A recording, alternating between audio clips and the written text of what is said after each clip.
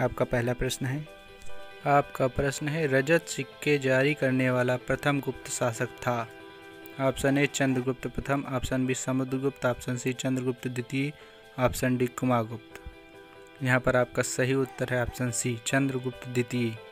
रजत सिक्के जारी करने वाला प्रथम गुप्त शासक चंद्रगुप्त द्वितीय विक्रमादित्य था, जिसको गुप्त काल में रूपक कहा जाता था।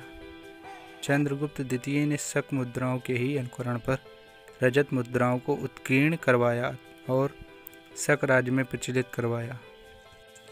अगला प्रश्न है गुप्त सम्राट जिसने हुरणों को पराजित किया। Option A Samudragupta, option B Chandragupta द्वितीय, ऑप्शन सी स्कंदगुप्त और ऑप्शन डी रामगुप्त। सही उत्तर है ऑप्शन सी स्कंदगुप्त।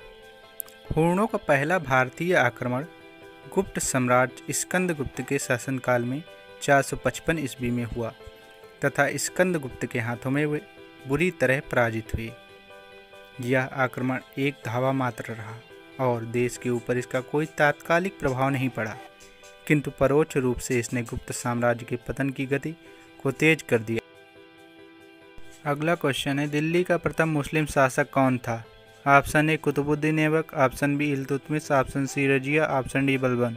यहाँ पर आपका सही उत्तर है ऑप्शन बी इल्तुतमिश। दिल्ली का पहला सुल्तान इल्तुतमिश था। उसने सुल्तान के पद की स्वीकृति गोर के किसी शासक से नहीं अपितु खलीफा से प्राप्त की। खलीफा ने इल्तुतमिश के शासन की पुष्टि उस सारे क्षेत्र में कर दी जो उसने विजित किया और उसे सुल्तान ए आजम की उपाधि प्रदान की। अगला प्रश्न है किसके शासन काल में मंगोल प्रथम बार सिंधु के तट पर देखे गए। Option A Balban, option B Iltutmish, option C Qutbuddin Aibak, option D Razia. यहाँ पर आपका सही उत्तर है ऑप्शन बी इल्तुतमिश। मंगोल नेता चंगेज खां भारत की उत्तर पश्चिम सीमा पर इल्तुतमिश के शासनकाल में आया था। अगला प्रश्न है निम्नलिखित में से कौन सा भारत का एकमात्र यहूदी वायसराय था। Option A lord Curzon, option B lord Canning, option C lord Irving, option D lord Reading. यहाँ पर आपका सही उत्तर है option D lord Reading. Bharat का एकमात्र यहूदी वायसराय लॉर्ड रीडिंग था। इसके समय चौरी चौरा की घटना, स्वराज्य पार्टी का गठन तथा राउलेट एक्ट निरसित हुआ था। अगला प्रश्न है भारतीय पुरातत्व सर्वेक्षण की स्थापना किसके काल में हुई थी। Option A Warren Hastings, option B lord Wellesley, option C lord Curzon, option D lord William Bentinck. आपका सही ऑप्शन है option C lord Curzon. Bharat में पुरातत्व सर्वेक्षण संबंधी प्रयास 1784 ईस्वी में कलकत्ता में विलियम जोन्स द्वारा एशियाटिक सोसाइटी की स्थापना के साथ प्रारंभ हुए थे। सन 1861 ईस्वी में लॉर्ड कैनिंग द्वारा अलेक्जेंडर कनिंघम को प्रथम पुरातात्विक सर्वेक्षक नियुक्त किया गया था तथा सन 1871 ईस्वी में पुरातात्विक सर्वेक्षण को सरकार में अलग विभाग बनाकर कनिंघम को इसका महानिदेशक नियुक्त किया गया।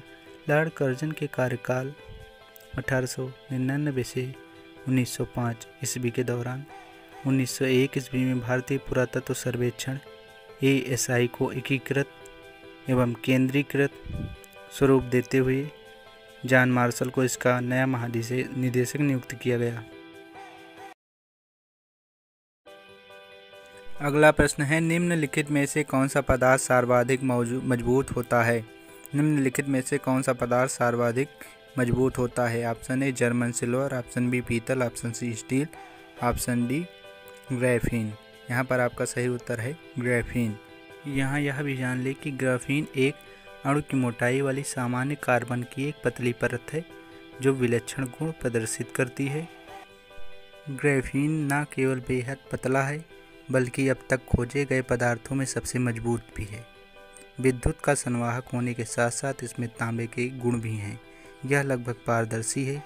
इसके बावजूद यह इतना घना है कि सबसे छोटा गैस का अणु हीलियम भी इससे होकर गुजर नहीं सकता। ग्राफीन का इस्तेमाल कंप्यूटर चिप, कम्युनिकेशन डिवाइस और टच स्क्रीन आदि में किया जा सकेगा।